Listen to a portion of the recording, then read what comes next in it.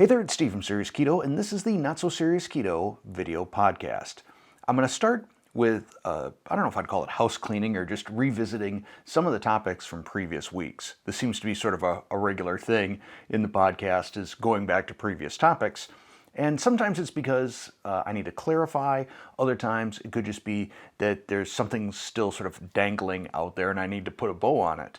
And the first of which is, who do I look like? So 2 weeks ago, I asked, are there any celebrities that you think I look like? And I got a lot of really great responses. Some not so flattering, some, frankly, I wish I looked that good. After going through them all and going into Google Images and looking up various pictures of people, I decided, I gotta figure out which side I'm gonna put it on, probably this side here. I decided that the winner, or who I look like most, is Henry Rollins.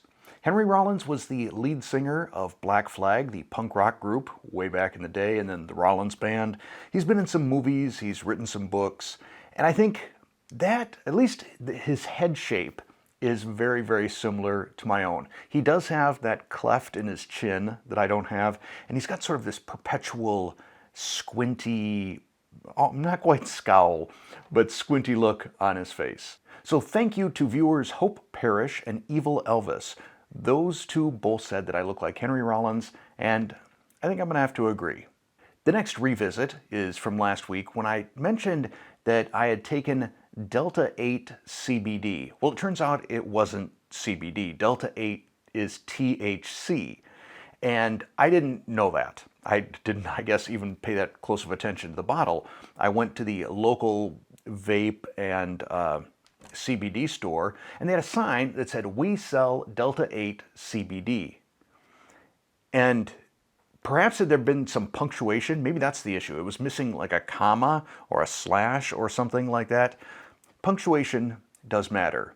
Sort of like saying, "Let's eat grandma" versus "Let's eat grandma."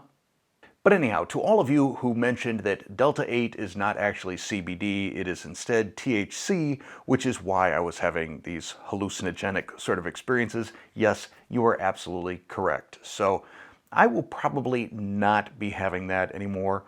I may look into CBD just in terms of the anti-anxiety. That's the main thing that I want. I can still be a little bit tightly wound and worrisome from time to time. And my hope is that I can find something that would help out with that that's not like an actual pharmaceutical type of a thing. The third fairly short housekeeping sort of thing, topic, yeah, we'll call it a topic. And it's going to be specific to probably very few of you. Maybe only a couple, maybe only one, I'm not sure. But I will be, the whole family, will be in Maui, August 20th through the 26th, I believe, for Connor and Jaden's wedding. And I would not be opposed to doing some sort of a meet and greet for a couple of hours while I'm there. I don't know the specific date. It would probably be, I think, the Wednesday of that week. I don't know. But what I do know is that I will not be able to deal with any of the logistics. It would have to be one of you. So if one of you lives in Maui, likes event planning, and would like to pull something like this together, I would welcome that. But what I would say is use the contact form out on SeriousKeto.com, scroll down to the bottom of the homepage, and there's a button that says Contact Serious Keto. It's typically for just business contacts, but I'm giving you permission to use this if you want to help me out. Just be aware that if you don't hear back from me, probably within a day, check your email spam folder. And then we can work out the details and decide, is this something that you actually feel comfortable doing or that I feel comfortable having you do? But I think it would be neat. I know I got a number of viewers in Hawaii. I don't know how many of them are in Maui, what their schedules are like, if they'd be able to get together for a get-together. But if we can pull it off, I think that'd be pretty cool. A very common comment that I will get on my videos, the ones that aren't recipe videos, are, "Do more recipe videos."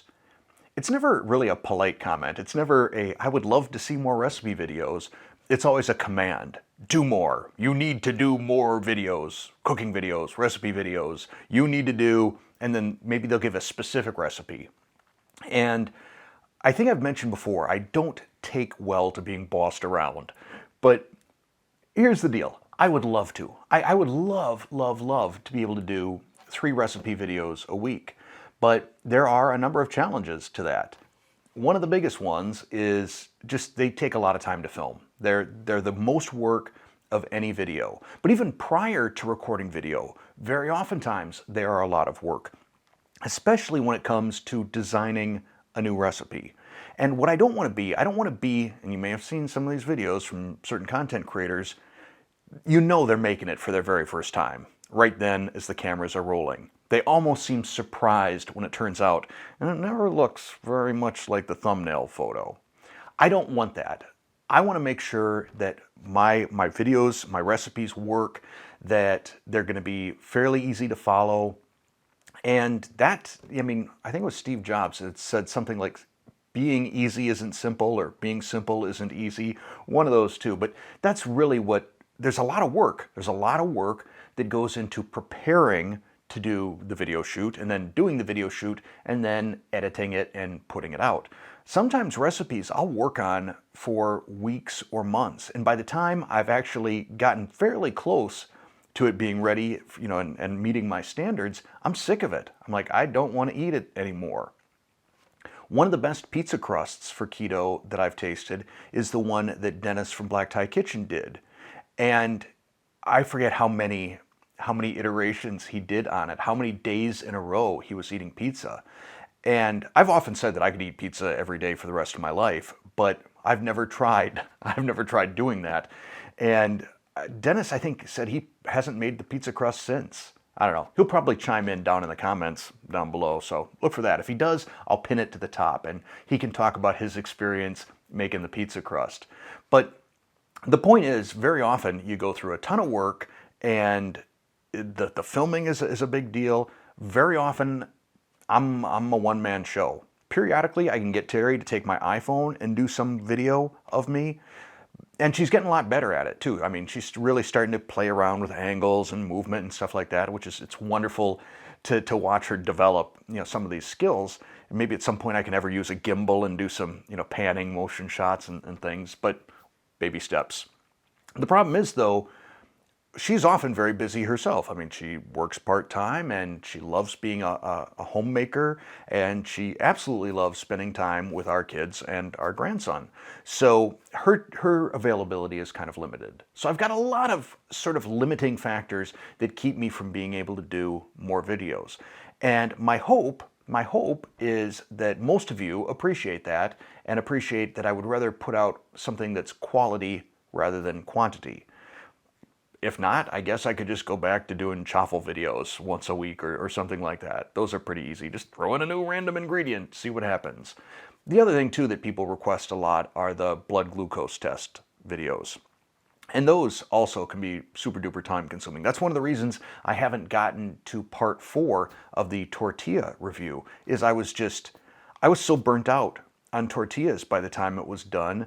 And what I've been doing actually lately, before I go back in and do part 4, I've been experimenting with certain foods and certain ingredients to see if I can really dial in what causes me inflammation. I know that soybean oil has a tendency to cause me inflammation. I don't know if it needs to be combined with wheat to cause me inflammation, but it does seem, based on some recent experiences, that wheat products cause me some inflammation. I feel it sort of tendonitis in the elbow and kind of through the lower back. Now what I need to do is test, what if I just used wheat gluten, which is a protein, not a carb? Is it wheat? Is it gluten? What is it that's getting me? And I think that would be good for me to know, because then I think that will guide a lot of my future reviews in terms of, or products that I'm willing to review. Because if something is going to cause me inflammation, I'm reluctant to want to, take one for the team on that. I'm still willing to do the glucose testing, but I don't want to be glucose testing on a lot of these suspect products that I think may cause me and potentially you inflammation. So in terms of video content, that's why the schedule is what the schedule is. Why we do the podcast on Monday, a review video, which are by far the easiest videos. Lots of times we do those in one take. It's great. It's like we record for 8 minutes, we're done. Half hour later, it's uploaded to YouTube. that would be the best. But I want people to cook too. That's sort of why I started this channel. And I would love to do more recipe videos. I will try to do more recipe videos, but just know that in my heart I want to, but I'm limited. I think that's all I have to say about that. For the second half of this podcast, I don't know how many topics it is. They all kind of segue together. There were about 3 different things in my brain, and I see how they can all kind of overlap a little bit. So this may be a little bit stream of consciousness. In fact, I think probably all my podcasts are kind of stream of consciousness, but this may seem even more so. Hopefully, though, I'll be able to bring it all together and it'll make sense. So the first thing I want to talk about is keto lies or misunderstandings about keto. I think there are both. I don't know what the ratio is out there, but there is a lot of misinformation and I think even in some cases disinformation about keto. Some of that I think is due to the keto community itself. I think there are a number of keto influencers that really span the spectrum from being very dogmatic to pragmatic, and I like to think of myself as more on the pragmatic side. But even within the dogmatic side, there are people that give conflicting information about what keto is, why it is, what the goals of keto are, etc. And I think that can be very confusing to an outsider. And in a moment, I'll share what my perspective is. And it's just my perspective. It's not the keto law. I just want to make sure that people understand that. But outside of keto, probably the most common, misconception, I'll call it a misconception or mislabeling of keto, is that it is a fad diet. That just really gets under my skin, grinds my gears. A fad in the fashion industry is considered 1 to 2 seasons long. So if a given clothing or hairstyle is only popular for a season or 2, that is a fad. Keto, or the ketogenic diet, was created, or at least named the ketogenic diet, back in 1924 by Dr. Russell Wilder at the Mayo Clinic. So it has been around, at least in that name, for about 100 years. I would not call that a fad. But I would also argue, if people talk about the way of eating, if we forget that it's a diet, and I don't like the word diet, honestly, we talk about a ketogenic way of eating, how do you suppose most humans ate 150, 200, 300, 1,000 years ago? I would argue probably if you looked at the things we ate, it would at the very least qualify as low carb. In fact, it would be far enough away from the standard American diet that, it would be looked at as sort of fringe, keto, crazy fad people. And that's what frustrates me. It wasn't until fairly recently that humans, especially it seems humans in this country, started eating so horribly. And it just feels to me like we're in crazy backwards land when we start normalizing eating like crap and getting obese and getting diabetes and getting inflammation and getting the whole host of other issues in metabolic syndrome, that is normal. And that we look at that as just part of life and growing older. I mean, type 2 diabetes used to be called adult onset diabetes because just eating a lot of sugar throughout your life, eventually, as an adult, you get it. It was sort of an inevitability. That was a tough word for me to say. An inevitability. A lot of syllables in there for me to wrap my mouth around.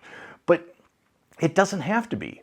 And in fact, it can be reversed. I think a significant number of you that watch this channel have and can share that same success story. In fact, I'm going to ask you to do that down in the comments below. For those of you who have had like a dramatic reversal in your diabetes, in your A1C, tell me what it was like, what the numbers was like, how you feel. Down in the comments below. I love reading that stuff, and I think a lot of you love reading those success stories as well. But that's the first thing I want to just put to bed. Keto is not a fad, and if anyone wants to argue with any of us that keto is a fad, I think we've got the evidence on our side. The other thing that I think sort of confuses people about keto, both people that are doing keto and people that are keto curious, is what is it? Because I have had people tell me keto is an elimination diet, keto is an anti-inflammatory diet, keto is a weight loss diet, keto is a diabetes control diet. Well, when Dr. Russell Wilder created the ketogenic diet, he did it to control epilepsy. And it was wildly, wildly effective. Turns out that it's also pretty effective at a lot of other things. There are a lot of other benefits, but it wasn't created to be an elimination diet. It by necessity sort of had to be, but that wasn't why it was created. It wasn't a weight loss diet, but coincidentally, it just happened to be. So there are a lot of benefits to the ketogenic way of eating. And I think some people just hone in on one of the specific benefits and say, that's why we do this diet or this way of eating. Additionally, when Dr. Wilder created the diet, the goal was be in ketosis. That was it, be in ketosis. And he had the macro percentages that he calculated and felt were best to put someone into ketosis. But there was not actually a list of forbidden foods, like a lot of keto YouTubers want to tell you there are. You can't eat this, you can't eat that. Instead, there were a lot of suggested foods, but there weren't foods that were forbidden. In fact, when I gave my talk at the Keto Chow meetup back in November, I really kind of wanted to play devil's advocate. And I said, basically, everything can be keto in a small enough dose. And that is where common sense and pragmatism steps in. So could you have 20 grams of sugar, just regular straight up table sugar per day on a keto diet? Probably. I mean, you could probably do that and then the rest of the day just have ribeye and be in ketosis. Yeah, you're going to spike your blood glucose and you might start affecting your insulin sensitivity versus insulin resistance. So from that perspective, it doesn't make a lot of sense to do it. I also think you can get a lot more calorically dense and enjoyable foods by eating your carbs from a different source. But that doesn't mean that sugar is forbidden or maltodextrin is forbidden. I get like all kinds of, oh, you can't eat that on keto. You can't have soy sauce on keto. You can't have MSG on keto. You can't have this, that, or the other. I've had people say you can't have protein on keto. True. People have said protein will spike your glucose and kick you out of keto. I don't even have a response for that. That just baffles me that some people believe that. But my point is, first off, keto is an individual thing.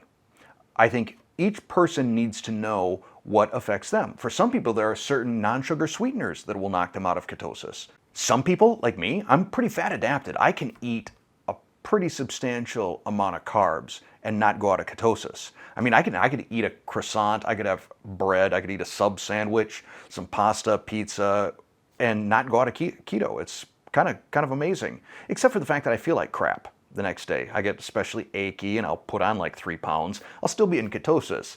Again, the goal here is a combination of things. We want to be in a state of ketosis because it's just feels good for our body. It feels good for our brains. And just because I can sort of abuse that process a little bit and stay in ketosis doesn't mean I necessarily should. So what I'm saying here is a lot of keto just needs to be individual common sense and pragmatism. The final thing that I'm going to share with you that I think screws up keto, and I think it stalls people who are on keto, and that is when products are labeled keto that really aren't keto. Or websites tell you that something is keto friendly when in fact it isn't. I think a big example are keto baked goods. So many of these breads and tortillas, while yeah, if we're looking at net carbs, they're keto friendly and maybe they don't knock you out of ketosis, but the number of people who have told me my keto is stalled, and then I ask, are you buying keto branded or keto labeled bread or tortillas from the store?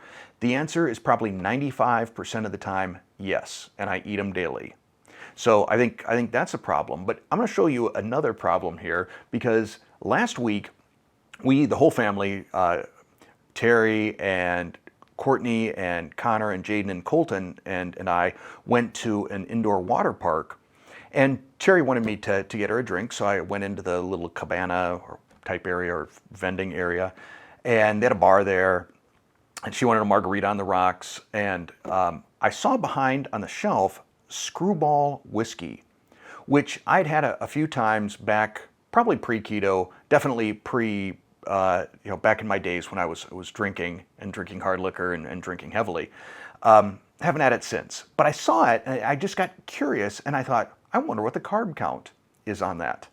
So I got out my phone and I Googled it, and it pulled up this site called Keto Foodist. And they've got a keto friendliness gauge, and they showed that this stuff, it's 7 grams of carbs per serving. And a serving is 1 ounce. Now, I don't know about you, but to me, at least back in my drinking days, 1 ounce, that's like a taste test.